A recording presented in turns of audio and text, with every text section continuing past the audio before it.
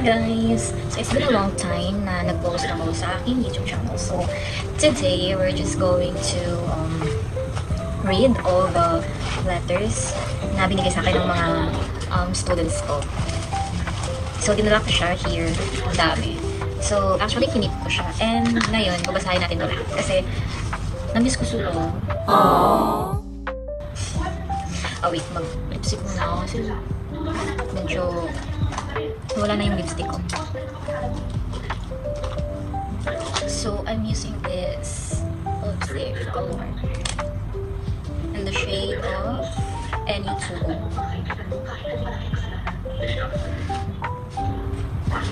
Wow! It's transfer proof guys. Ayan. Transfer proof. So ito na guys, okay. Ito yun. Dami. Then ang cute. So basahin natin. Isa-isa po. Okay, simulan natin. This is, thank you teacher. I think binigay ito nung Teacher's Day. Parang Teacher's Day. So, thank you teacher. This is from Luna. Ayan. Teacher Michelle, thank you everyday. I love you. Love Luna. Ayan. So cute. And then ito, yung nakalagay dito is yung Starbucks. Wala na siya ngayon. Nagamit ko na siya. And ito, have a cup of coffee and pastry. Love you. Next is the Teacher's Day. Ang cute. It's from Kale, my grade 2 student. Ayan o. Gito yung face ko. Teacher Michelle. Ayan. Then, sign natin. Teacher, thank you for your patience in teaching us, for your kindness and love. I really appreciate it. I love you. Love, Kale. Alam niyo ba ito si Kale? Super gwapo. Parang siyang may half. Parang siyang half American. So, ang pogi niya. Tapos, tawag nito, may sinulat siya na I love you teacher sa notebook niya. Yung chinek ko. Napaka-sweet. Ang cute. Cute lang. Nakakamiss. So cute. And then this one is from Just Ali. Open please to Teacher Michelle. Happy Teacher's Day. Ayan. Happy Teacher's Day. You are the nice teacher I ever met. Thank you for teaching us. Parang nabasa ko na ito sana yung nag-vlog ako nung Teacher's Day, yung may vlog. Then, ang cute ito. Happy Teacher's Day. Cute. Galing to sa, grade 2 student ko din. Si Zaya. Ayan, yung message niya. To Teacher Mitch, your words inspire and your lessons empower. Happy Teacher's Day to a truly exceptional English teacher. I love you po. Love, Zaya. Ang cute. Napakaganda din ng penmanship ni Zaya and also ni ni Kale. Super ganda ng penmanship niya. Yan, grade 2 student yan, pero tignan mo yung penmanship. Yan, and then ito, si Zaya. Yan, ang ganda ng siya. Wait, si Zaya napakaganda. Yung talaga pinapasulat ko sa board. So sweet and cute. And, nabigay pa sa akin ng corn. Hindi ko kilala. Si Jonghoon, Songhoon, Hesong, Sono, JJ, Nikki, ano ba ito? Dimension. Hindi ko kilala. But cute sila. Okay. Meron pa rin ito. Si Taylor Swift. Eras Tour. Parang yung, parang binigay ata ito nung when they attended Taylor Swift na concert. And then, this one, hindi ko din kilala. Pero pogi. And then, Sanrio characters. Sanrio. Ako yung pinagbibigay sa akin ng mga anak ko. Ito. This is from Nate. Ayan. From Nate. Sabi ni Nate. Dear Teacher Michelle, wishing you Teacher's Day filled with the respect you deserve. Thank you for your endless patience and dedication. Thank you, Teacher Michelle. I love you. Si Nate, yung grade 3 student ko. And then, nung time sa declination, ako yung naging coach niya. He did better talaga. He did good. Umiyak pa siya sa declination niya. But unfortunately, hindi siya nakuha. His rank 16 ata. And then there are 26 students. It's not bad.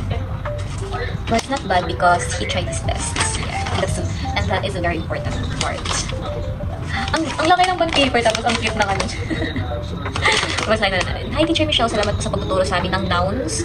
Mag-aaral pa ako ng mabuti para alam ko na po ang sagot sa mga book. Kanino ba ito galing? Walang pangalan. Kanino kaya ito? Minsan kasi pinapasagot na sila sa book tapos yung iba hindi alam na yung sagot. Yung mga pre-assessment. Pre-test muna. And this is from Kristen. Nasa siya. Diba yung mga binibigay nyo sa akin? Kristen Summer. Basahin natin. Happy Teacher's Day, Ma'am Michelle. Thank you for all the things you've taught us. Kahit minsan pasaway kami, we really appreciate everything. Thank you po for your patience and understanding. We're lucky to have you as our teacher. We love you, Teacher V. So cute. Thank you, Kristen. Thank you. Ayun o. Galing to kay Kathleen. Hi, Teacher Michelle. I hope you enjoy us by being funny. Enjoy us being funny. But I like to say sorry because you get stubborn. And I like to say thank you. How you protect us, and remember that we love you so much. Teacher Michelle, thank you again. A big heart for you. Let's take the big heart. Okay, I will accept it. This is from Charisse, the super cute Charisse. Yeah. It's open. May ano pa siya, may mga Hello Kitty stickers. Happy Teacher's Day, Miss Mitch. Sorry po for being naughty. Alam ko po na madami kang pinagdadaanan. We wish you with every day blessed by Lord. Happy Teacher's Day. We love you so much in our whole home. Ang cute. Ayan o. Kasi eto, sa classroom lang ata ito nila ginawa. Sa classroom, kaya more on paper, gano'n, kasi wala silang baka. Ito, ang cute. So colorful. It is from Avery Joyce. Ayan, sa Avery Joyce. So, Happy Teacher's Day, Ma'am Michelle. I know po, naging makulit kami sa class niyo, pero we love you po. I wish you a Happy Teacher's Day po. I love your teaching, lalo na po sa GMRC and English. Even though nagagalit kayo sa amin, we still love your favorite teacher. Thank you. So, yun, minsan kasi napaka-pasaway nila. Like, they're talking a lot. Then, before naman ako nag-lesson, every time, nagsiset talaga ako ng mga rules na pag I'm talking in front, di dapat sila mag-talk. And then, if ever na mag-talk sila, ayun. Hindi naman ako nagagalit. Bali, pinupuntahan ko sila, and then, yung attention nila, binigyan ko yung attention nila. Kaya minsan more on, kapag may mga activities ako, more on, games. Para mas ganaan sila, and then, para mas effective, diba? Kasi pag puro lesson na kasi hindi nila magigets agad, especially inuulit-ulit ko naman, para mag-gets sila. But then, mas maganda talaga if sabayan mo ng games for them to be active in class. And yung mga bata, diba, gusto nila yung mga laro. So, why not? Just connect with your lessons. And then, this one, Happy Teacher's Day, Teacher. Ito ko yung laman ito. Hindi ko pa siya nabuksan. Wala akong scissor, kaya ganito na yung baro. Ano ba ito? May pera ba ito siya? Cute. Dear Teacher Mitch, Happy Teacher's Day. We all hope you a nice day, even though we are always standing noisy and not listening to you. We all love you even we are not listening to you. Actually, minsan lang naman sila hindi na nakikinig. Pero ito kasi si Athena, ayaw niya yung maingay. Sumasakit yung ulo niya kapag maingay yung mga kaklase niya. And then this one, Happy Teacher's Day. It's from Nate also. And then this one, Happy Teacher's Day, Teacher Mitch. Thank you for teaching us lessons every day. This is from Matthew. Oh, so sweet. For service. Then this one, Happy Teacher's Day. It's from Karina and the students. Maganda ng mga speakers. Ayan. Ma'am Mitch, we know that you have been hardworking as a teacher, but we love you always and you should be always careful. We will always in your heart. Thank you so much, Karina. You should also be careful. Okay? Keep safe. Then this one is so big. This is a flower. Colorful flower. Okay. I love you. I love you too. Kanina ba? Tulong pangalan. Sino kaya to? It's from Ian. Yung student ko na kapitbahay ko din, dun sa Bulacan. Tapos palagi siya nandun sa bahay. Naglalaro sila ni Alford. And then ito, this is from Royce. The very talented Royce. Yeah. Royce Alexander, Happy Teacher's Day, Teacher Mitch. And thank you for giving us a great lesson and thank you for caring all of us. We wish you a Happy Teacher's Day. Of course. Thank you so much. This is from Xavier. The super kulit Xavier. Ito si Xavier talaga. Alam mo yung student na yung sobrang kulit, parang lumalangoy sa floor. Ewan ko lang. Kaya pala nung time na sinabi ko sa parent niya, sabi ng parent niya, kaya daw pala, pag umuwi siya, yung bata, umuwi, napakadumi ng uniform. Kaya sinabi ko na, opo kasi minsan, nasa floor siya, humila siya sa floor, and then magaganda siya sa floor. And pinagsabihan ko naman siya, pero every time na nakikita ko, hindi na siya, yun niya ginagawa kapag nandyan ako. So, Happy Teacher's Day, Teacher Mitch. Salamat sa pagtuturo ng mga subject. At sorry, pag makulit ako. At salamat po sa pagtuturo sa amin. Pag hindi namin maintindihan. Salamat din po sa pagtuturo ng mga mahirap na aral. O salamat din sa pagtuturo ng mga quiz at exam. Ayan. So, ano siya guys? Kung kasi gumagawa ng exam, teachers, magdidepende yun. For example, last time, tatlo kaming English teacher sa grade 2. Kasi tatlo yung section. So, ang ginagawa namin, ako yung gumagawa ng exam sa first quarter. Yung isa naman is for PowerPoint. Ganun yun. So, naghahati-hati kami. Kasi sa grade 2, hindi yung lahat ng section ako yung nag-handle ng English. So, yun yung ginagawa namin. And then, so on. Like, same sa Araling Panlipunan, sa GMRC, yun lang. Hati-hati lang always. Pero ngayon, I think, nag-iba na. For example, sa grade 1, siya na lang yung math teacher sa lahat ng section. Ganun siya. So, siya lahat sa PowerPoint, weekly learning plan, siya lahat sa grade 1. With a specific subject. So, para din kaming DepEd, yung ano namin sa school, it's more like, ano talaga, yung work namin sa DepEd. Kasi we're connected kasi sa DepEd or K-12 curriculum or matatag curriculum. So, yun yung pinakamahirap na yung sa last part na matatag curriculum kasi nag-change ng curriculum. So, ayun yung curriculum guide namin or yung CMAP namin, yung plan or lesson plan namin is dapat connected siya sa matatag curriculum. So, medyo challenging siya. Medyo nahirapan ako at first, like, nung first month ko, ganun. Pero, thankful naman ako kasi yung mga co-teachers ko napaka-supportive and very loving. And sinusuportahan ka talaga sa all and all. Like, minsan nga pag may hindi ako nag-gets, and then medyo confusing pa. Kasi ang daming paperwork sobra. So, tinatawagan ko yung co-teacher ko, and then, okay lang sa natawagan, kahit 11 PM pa yan. And then, tinutulungan nila ako. So, I'm very thankful for them. Namiss ko na nga sila. So, eto, Happy Teacher's Day, Teacher Michelle. Thank you for teaching me every day. So, I know that teaching, it's hard too, but I'm thankful that you're teaching me always and I want to feel better, and that's all Teacher Michelle teaches. So cute. It's from Zyrus, and then this is from ATAM. Salamat po dahil tinutulungan niyo po kami, and salamat din sa inyong pag-protect at pagmamahal. Ano to? Style lang pala siya. Blow at the hole. Iba-blow ko daw to. Tapos, ano mangyayari? Wala. Just, sabi lang may i-blow ko, so tapos na. So, that's okay. And then, this one, so cute. Ayan, so cute. Happy Teacher's Day. Teacher Michelle, we will always be thankful to you for all the hard work and efforts you have put in for educating us. Happy Teacher's Day, love. Cheese! So, this is from Cheese. So cute, Cheese. May kambal siya. And then, ayan, ang cute. Happy Teacher's Day. And this is from Triska. Cute. Happy Teacher's Day po. We love you even though we are noisy and naughty. We still love you very much. Thank you, Triska. Very smart, Triska. This is from Faye. Yeah. Teacher's Day. Super cute. Happy Teacher's Day. Happy Teacher's Day, Teacher Mitch. Thank you for being helpful all the time. Ang cute. You are my favorite teacher. Thank you, Faye. Ang cute naman. Yeah. Cute. Thank you so much, Faye. Nandito tuloy yung mga kiso. Hindi ko talaga lang. And then this one, open. Yeah. This is from Alexaya. You have been teaching a lot just for us, so I write a letter to you. So I'm sad when teachers were sick and absent. I try and answer in your subject. I make it long and I wish you were okay. We will try our best to make you happy, and I'm the only listening quiet, but just someone still distracting me. It's Lance because he goes to my chair and talks to me while answering, but still I can answer just by my own. And you were nice, but some of my classmates is disrespectful, but I respect you no matter what. Ito kasi may I have a student kasi na hindi siya medyo makulit talaga siya. Like, parang ano siya, parang for example, nasa sa likod ng kaklase niya, ginaganon niya yung chair, yung parang minumove na yung chair, kaya very nag-distract yung classmate na. And then, ito si Alexaya, ano kasi siya, napakatahimik na bata, napakatahimik niya. And then, nasa front siya, yung chair niya, kaya nakikita ko talaga kung gano'n siya katahimik. And then, tahimik siya, but when it comes to participating in class, napaka-active niya din. So, eto, nadidistract sa klase niya kasi meron talaga din, kasi din mawawala yung makulit sa classroom, kaya gano'n yung nangyayari. So, nadidistract daw siya. But, ano pa kasi ito Teacher's Day to. Pero, na-solve na to. Bali, yung mga seats na lang, hiniwalay ko sila. And, ayun, pinala ko talaga kung saan si ano, dito ka. Kasi, alam ko na kung sino yung mga palaging nagtutok. Kasi mag-best friends, gano'n. So, hiniwalay ko sila lahat para tahimik na lang. Pero, wala pa din hindi na tumatahimik. Pero, it's normal na, di ba, sa classroom. Like, you just have to plan kung paano siya masusolve. Pero, okay lang naman. Sa ito, it's from Rian. Happy Teacher's Day, Ma'am Michelle. Thank you for teaching us every day. We'll always love you even though you get mad at something.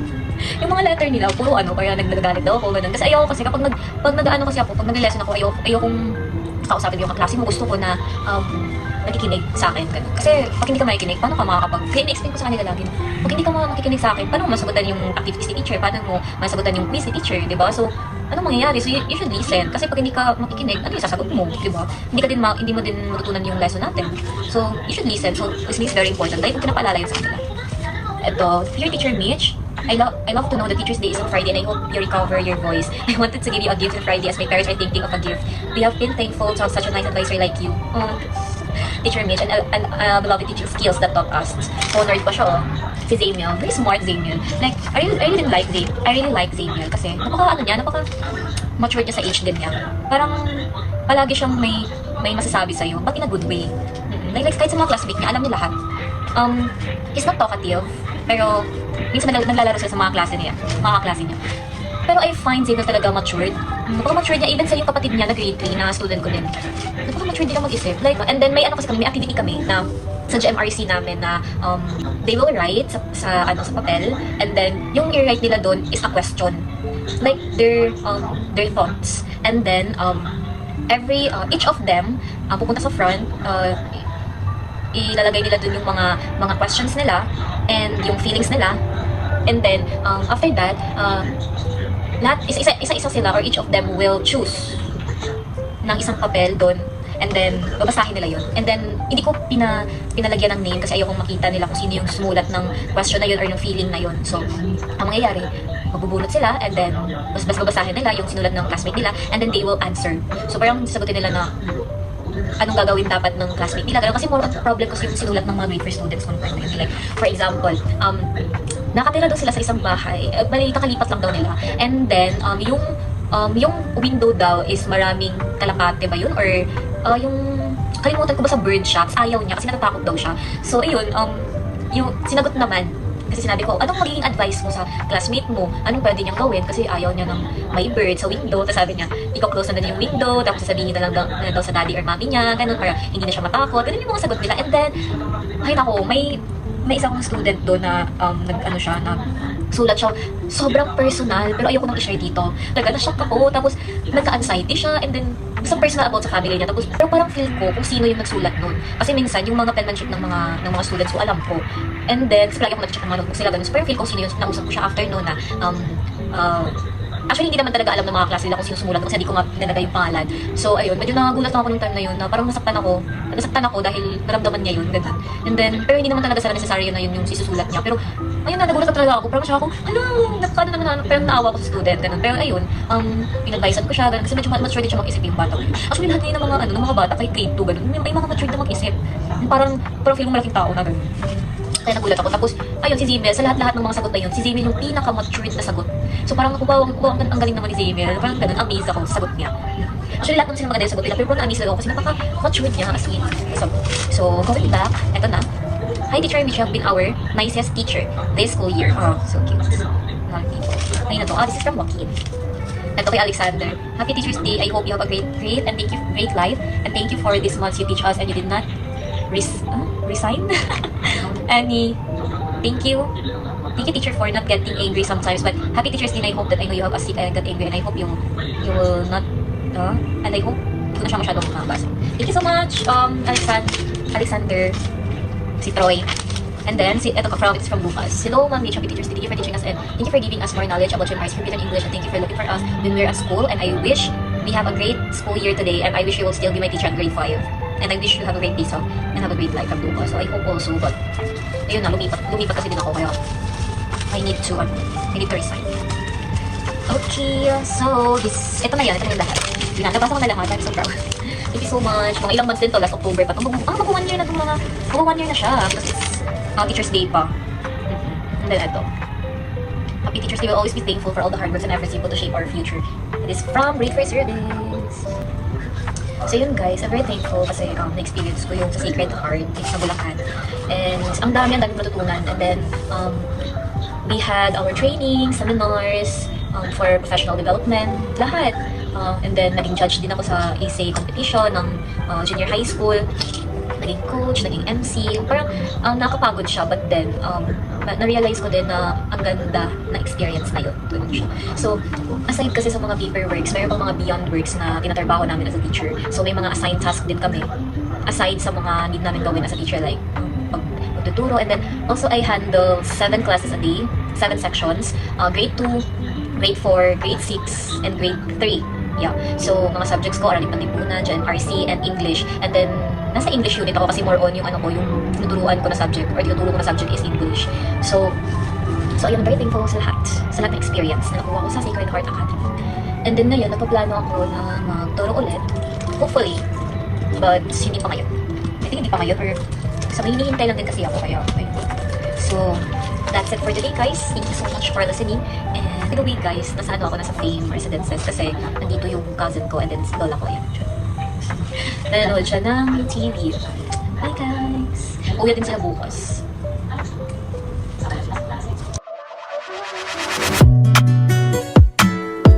Don't play with it, don't be dishonest. Ay, still not